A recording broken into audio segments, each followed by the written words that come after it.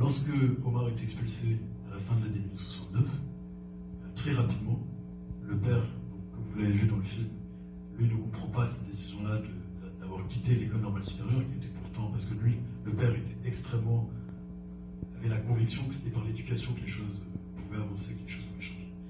Donc il a transmis une éducation assez libre par rapport à l'époque à ses enfants, mais par contre, une des choses qui était prioritaire, la priorité, c'était les études.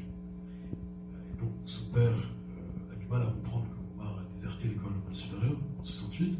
Et lorsqu'il rentre, il se rend compte que non seulement il n'est plus à l'école normale supérieure, mais il est expulsé. Et très rapidement, donc, le docteur Blondin Diop fait appel à Senghor. Lui-même était en désaccord avec Senghor. Il avait été arrêté pendant plusieurs jours en mai 68. Il avait été interné à Thiès avec d'autres syndicalistes. Mais il fait appel à Senghor pour demander de lever cette mesure d'interdiction.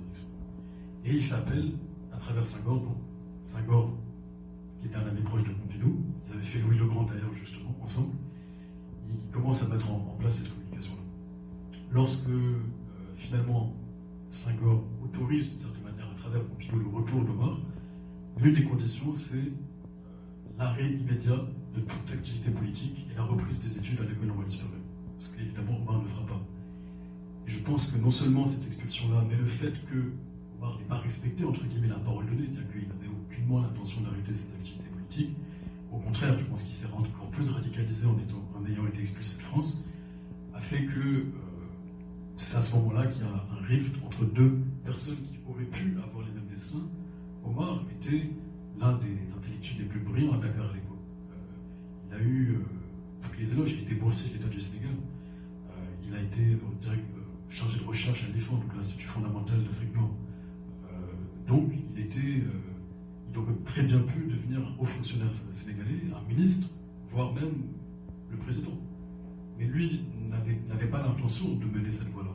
Or, Senghor voyait en Omar un potentiel futur successeur, que ce soit à la tête de l'État ou du moins dans l'administration. Et ce retournement de situation avec l'arrestation des incendiaires, donc les deux frères d'Omar et les autres 14 militants, cette lettre qui a été retrouvée, ce projet d'enlever l'ambassadeur de France à Dakar, a fait que, à partir de ce moment-là, pour Senghor, il n'y a plus lieu à discuter avec quelqu'un qui est réfractaire, entre guillemets, à l'idée d'intégrer son administration ou sa future administration ou celle de son successeur. Donc à ce moment-là, oui, il y a une divergence dans ces années-là, 70-71. Omar aurait pu devenir ce que Senghor a été, mais il a décidé de ne pas le devenir.